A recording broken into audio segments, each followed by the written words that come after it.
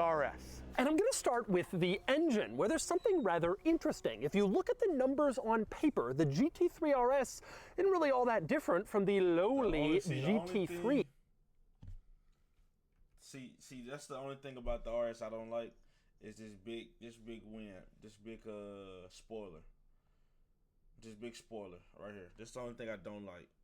The GT3 RS isn't really all that different from the lowly GT3. They both have the same 4-liter flat six. In the GT3, it makes 502 horsepower. Here, it makes 518, 16 more horsepower. But this car is actually down in torque, 343 pound-feet versus 346. The exact numbers don't really matter, but the point is they're not that different when it comes to power. And yet, the GT3 RS is a much faster car. Porsche says this gets around the Nürburgring more than 10 seconds faster than a 992 GT3, which is a significant amount of time on a racetrack, even one as long as the Nürburgring. And that should give you the idea that this is a totally different animal from a regular GT3, even if the power numbers look similar. Now, the key to the new GT3 RS's extra performance compared to the GT3 and every other Porsche model, it's not one big specific thing. Instead,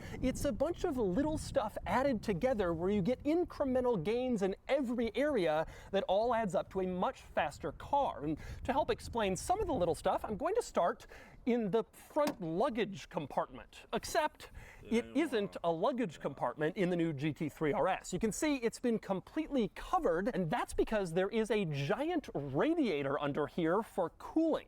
In other Porsche 911 road car models, the radiator is split into several parts to kind of fit it in with the luggage compartment. For this car, they said screw it, and they put on a huge radiator right in the center for improved cooling, the design borrowed from the 911 RSR race car. Now, that takes away all your storage space, but in a GT3 RS, you probably don't really care that much about storage space, but the benefit is, in addition to more cooling, it makes room for active aero underneath the car. So a lot of modern sports cars have active aerodynamics, a spoiler that'll come up, or louvers that'll change. This has that, plus under the car, it has aero that will switch positions to help make this car faster. And there's room for that aero in this car, in part because this giant central radiator has been moved here instead. Now, switching to a giant central radiator up front also gives Porsche more room in the wheel well area for improvements in aerodynamics and in airflow, some of which we can see. You have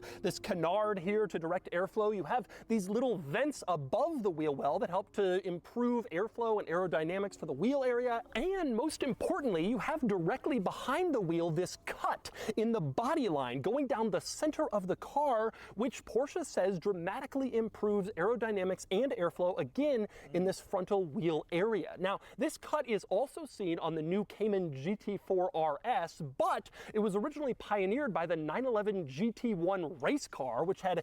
See, and that's the one thing about Porsche, for mainly all this, like, I don't want to call them, I guess you would consider these supercars, they all got the 911 body type. They all got the 911, like, structure type, like, they all a very distinctive cut on its body line for this same purpose. Well, now it's being integrated into road cars like this, and you can see it here. For the key to our survival. I know when they just showed when even a 911 to the sea, and it looked like a 911.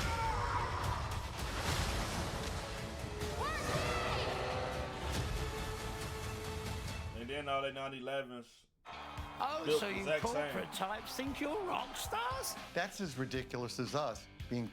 And you can also see it in the back, a similar body line cut, again to provide better aerodynamics and airflow now for the rear wheels. You have it both front and rear for better aero in this car. Again, it's the little things. And speaking of those little things, an aero in this car, underneath you have a fully paneled underbody. For the first time in a GT3 RS, it's all panels under there, which of course improves aerodynamics and airflow underneath the car. But I'm not ready to move away from the front of this car just yet because there is still a lot more to cover up here, like the fact that the hood has these giant nostrils. You can see two huge nostrils on either side in the front. Obviously, that takes the warm air out of the radiator and sends it back away, which actually isn't great because it sends warm air up over the car and towards the engine, which you don't really want. You want cool, dense air in an engine. You want to keep the warm air away. So this isn't the best design, except Porsche figured out a way to deal with it. You see these little fins on the roof? Just little 2-inch high fins. Those apparently channel the warm air away from the engine. As you're driving along, the warm air comes off the radiator through those nostrils. It goes up over the roof, and then those vents help to direct it away from the car so the engine isn't awash in warm air. Do they actually work?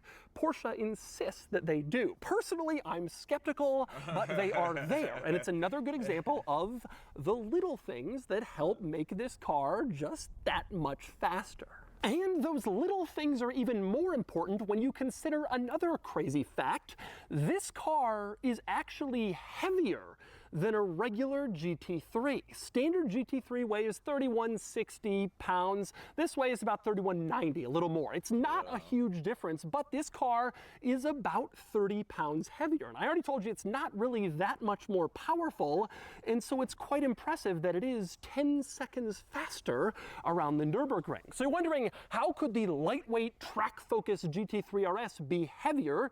There are a few reasons, but the biggest of which is the body. This car uses the wider body from the 911 Turbo. It's widened out compared to the standard 911 body, and thus it is heavier. And not only is the body heavier, but when you make a car wider, you have to elongate components underneath the car. They become heavier, and of course the wheels and tires have to be wider to fit under the new wider body, and so they become heavier. So a major driver of this car's little weight disadvantage compared to the GT3 is that wider body and the things that have to be widened as a result. But with that said, there are some big advantages to using the turbo body on this car. One is those wider wheels and tires, better grip, and that makes the car a little bit faster. You also can put these little holes in the rear wheel arches, which is better for aerodynamics. Air flows into there, it doesn't go into the engine, it comes out behind the rear wheels, which improves airflow around this car and aerodynamics. That wider body allows for that and makes this car just that much grippier on the racetrack. But another major driver of this car's slight additional weight compared to the GT3 is this rear wing, which is absolutely huge. It looks big on camera. You can see this is the most downfall of the car that I dislike. Like in mine, I'm definitely taking this big motherfucker off. I do not like it. I do not like it. Big rear wing. I can tell you, it looks even bigger in person. This is one of the most massive, giant, ridiculously huge rear wings I have ever seen mounted on any car, and I've seen a lot of them. Now, Porsche says this wing provides 40% more surface area than the wing in the GT3. That's impressive because that wing's already pretty big. Porsche also says this is the first road car they've ever made where the wing height is higher than the roof height. Yes, you heard that right. This car is tallest in back with these swan neck wing supports. That's the highest point, not the roof, and that contributes to the massive look of this massive wing. But it's not just the size that makes this wing so heavy. You look closely and you can see little hydraulics in there. This is another component of this car's active aerodynamic system. The wing will adjust its position. It's carbon fiber. I didn't know that. Well, at least on this one, it's carbon fiber right here. Okay. Using hydraulics as you drive along. This is a tremendously cool feature because it means you can make the car as slippery as possible, minimal drag, if you're just trying to go fast, like on a drag strip or a straightaway on the racetrack, or if you're going into corners, the wing adjusts to enhance the downforce to make the car stick to the ground better, and it can happen frequently and infinitely as you drive along, going from slippery to full drag. In fact, this rear wing hydraulic situation can even act as an air brake. When you're coming to a full stop, it'll go as far up as it can to help provide the most possible drag to slow you down. Very cool feature. Again, the little things that help make this car faster, but it does add weight, adding a whole hydraulic system back here. So you gain a lot, but but you give up some. Now, with that said, the a lot that you gain might be a little bit more than you think. Porsche says the total amount of downforce that this car can make between the wing and the front active arrow that you can't see under the car comes out to 1,900 pounds of downforce. That's a big figure, and it is more than double what the last GT3 RS made. You usually don't see huge gains like that in cars like this. Usually it's 10% more this, 20% more that, but here downforce has doubled due to this wing, and that helps the car put down faster lap times. Simple as that. By the way, in terms of downforce, Porsche also says this car makes 3 times the downforce of a regular 992 GT3. 3 times. It's an unbelievable figure just for 2 more letters. Enhancements that we can't see in the engine. For instance, Porsche says new cams are responsible for that slight increase in power. Again, about 16 horsepower more than the GT3 with the same engine. Not a huge amount, but it's the little things that help. Porsche also says a revised oil cooler provides 20% more cooling, which will be helpful on hot days on the track, doing full laps. The car gets hot, the oil cooler's there. Porsche also says they've revised the cylinder head in this car to optimize its performance with oil supply at high lateral acceleration, meaning you're going hard through corners, you're not going to have any oil starvation issues because of the design of the cylinder head in this GT3 RS. Again, all the little stuff, but none of these we can see because you can't look at the engine in a modern Porsche 911. There's no way to open this compartment and actually get a look at the work of engineering art that's back here. Instead, you can open a couple of flaps. You pull this little switch in the driver's footwell, and that unlocks, well, this flap back here. You can see it says push. You push on it, and then it pops open, you pull it off, and that's where you add coolant, and you'll notice the flap is being held on by a nylon strap. It is the same deal over on the other side. You've unlocked the little flap, you go over here, you push on it, pull it off, and that's where you add oil. And again, the flap is being held on by a nylon strap. They didn't want to bother with a hinge. That would have been too heavy. So the nylon strap is the lightweight solution.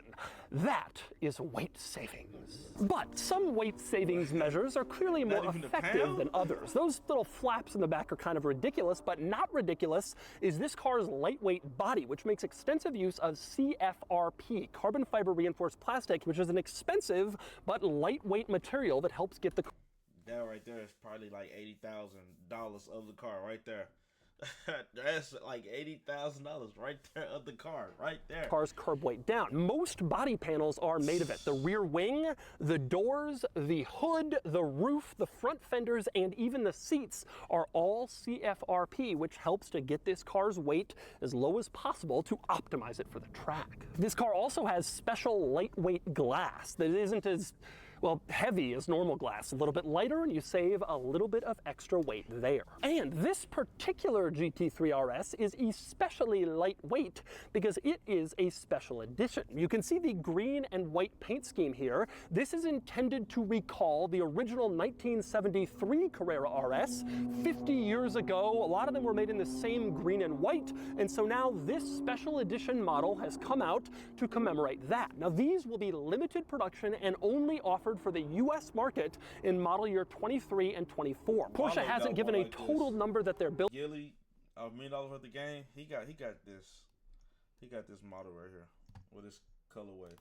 But it's not going to be a lot. But the important part is that all GT3 RS models, this RS Tribute Special Edition, have all of the good stuff. And in this car, that means, well, for one thing, magnesium wheels. These save about 20 pounds compared to the regular wheels. They are an option on the standard car, but they are standard here on the RS Tribute version. Now, also, all of the RS Tribute cars come standard with the Weissach package, which is an option on the regular GT3 RS, standard here, and it makes the car more, well, more. It includes an exposed carbon fiber roof, as you can see, also exposed carbon fiber on the rear wing, which just makes it cooler. You also have exposed carbon fiber on the hood, which again makes things cooler.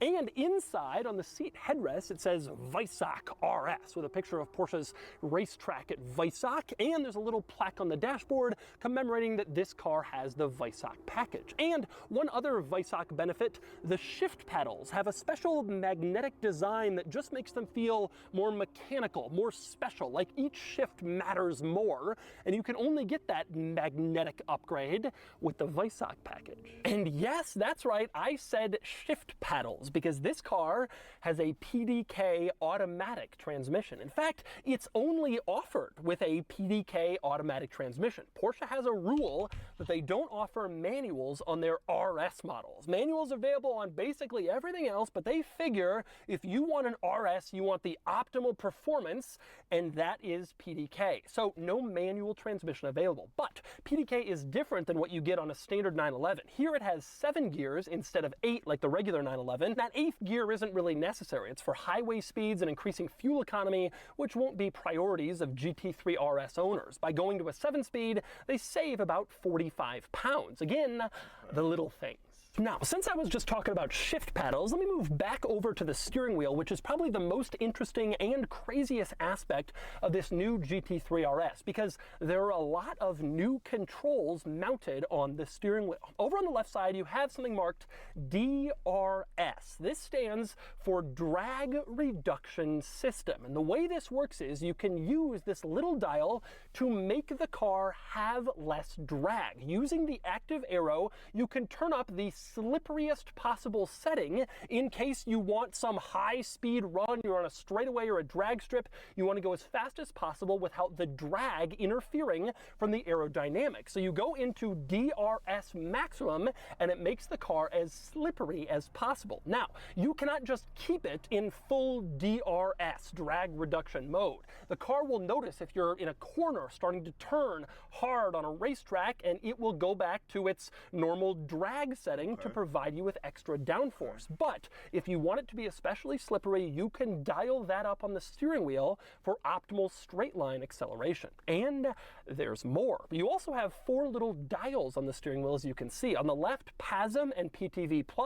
On the right, the drive mode dial, and then ESC and TC. Now, drive mode, pretty self-explanatory, and ESC, TC, that's your stability control and your traction control. To change the setting there, you press the little button in the center, and then on the gauge cluster screen, you can adjust your stability control and your traction control to various different settings depending on exactly how much you want. If it's raining and you're scared driving home from the racetrack, you want to turn this all the way up so you don't slip and fly off the road, you can do that. If you're on the racetrack, you can dial all this stuff down and just go at it alone with no driver aids, and you adjust that here. On the left side, PTV+, that's Porsche torque vectoring, which controls like power and braking of the inside wheels when you're in a corner, and you have the ability to adjust and control that. Same thing with PASM, that's Porsche active suspension management. You press the little button in the center there, and again, you can dial in like your suspension travel front and rear to make the car stiffer or more compliant. You can choose all of that stuff on the steering wheel. This car is controllable for the racetrack like never before in Porsche history. Now, beyond the steering wheel, the interior of this car is pretty similar to what you'd find in a regular GT3, right up to the lack of back seats. You'll find them in a regular 911, but not here in the GT3 RS. And speaking of seats, you have these full sport bucket seats that really hug you while you're driving and keep you in place on the racetrack. That's what you get if you get the RS. You will also notice that the handle to get out of the car is actually a fabric loop. The door handle is gone, replaced by this loop in an attempt to save weight. Even cooler, the grab handle you use to close the door is carbon fiber, which just looks and feels cool every single time you close the door. Also worth noting in this interior, some subtle but neat upgrades to transform this into the Carrera RS Tribute model. For one, you can see the green stitching, which matches the green exterior color. Subtle, but kind of cool. You also have RS imprinted onto the center armrest, which is actually a center console storage lid. RS, that's exclusive to the Carrera RS Tribute models. And the door sill, you can see, says Tribute to Carrera RS, to remind you that your GT3 RS is a little bit more special than everyone else's. One other interesting upgrade to the Tribute model, on the edge of the rear wing, you have an American flag, because like I said, this special version is only offered here in the United States. And so that American flag commemorates the fact that you can't get it anywhere else. And by the way, speaking of options, 2 others that I should mention, even though this car comes standard with an enormous... Porsche not a... I don't think... Porsche not no... Like American-made brand though. This amount of performance stuff and upgrades for racetrack use. Carbon ceramic brakes are optional, not standard on this car. Some people don't want them on the racetrack, so Porsche makes it so you don't have to get them. Also optional is an axle lifter. This car is very low. You might want a lifter to clear like steep driveways or curbs, but again, you don't have to if you don't want. It adds weight, but it also adds convenience. I suspect most people will get it, but it's on the options list. All right, driving the new GT3 RS on the racetrack. Got a roll cage back here. It's how you know this is not a US car.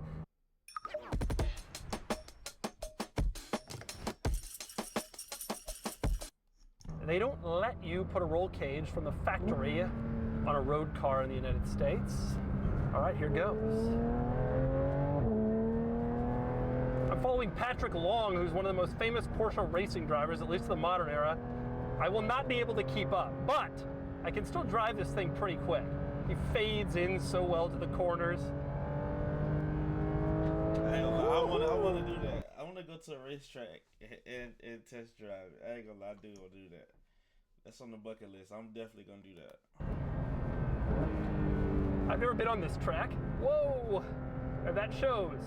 All right, first impression is obviously this car does exactly what you hope that it does and what you want it to do, which is, well, they've been beating on it on the track all day, and then I get into it. I'm the last person getting in this car, and it's no problem. Ready to go, ready to do more laps. I go to a lot of these events. They're changing tires, they're changing brakes. They might be doing that here at night, but this car is taking a beating today, and it is handling it no problem. Patrick, late racing braking here. I don't know what I'm doing.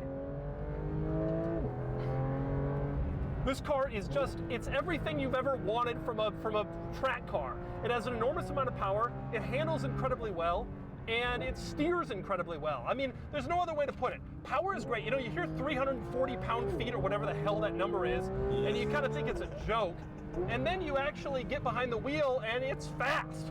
Like, this car is seriously fast, and it feels a lot torquier than that. This car probably has the widest delta between the torque figure and the torque feel of any car that I've ever been inside. Oh, this car is so just poised. The handling is so fantastic. It really is. It just steers and handles so well. The turn-in is amazing. It doesn't have the precision of some exotic cars, but it doesn't need it because the handling is so good. The way it goes through the rest of the corner, not just the initial turn-in, but the way the car goes through the corner is just absolutely amazing. It just feels so poised.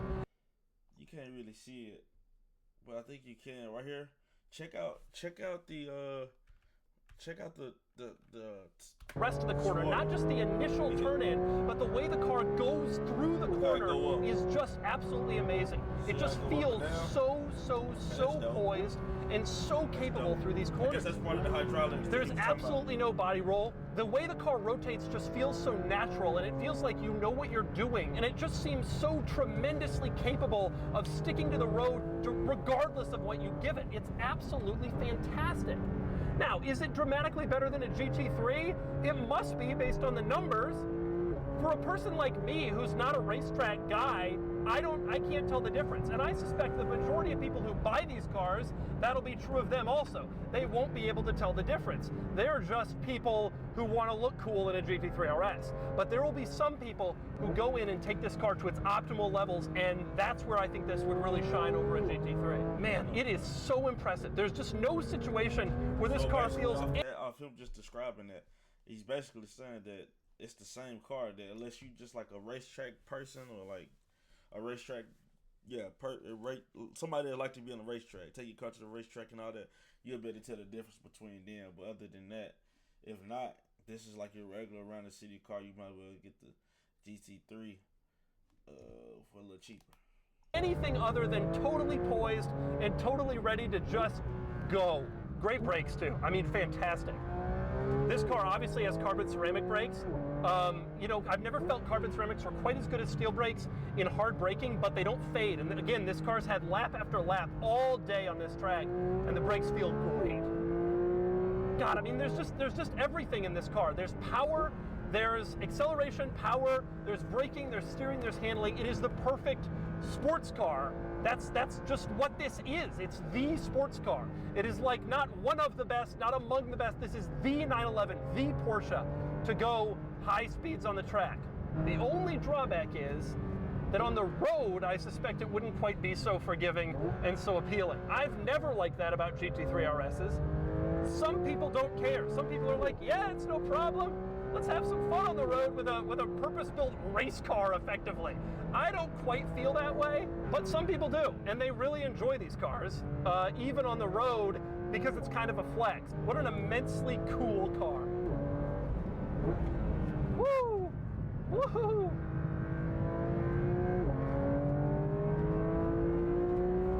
Yo, man, that's 112, 115. 124. And he kicked it up. He definitely kicked it up.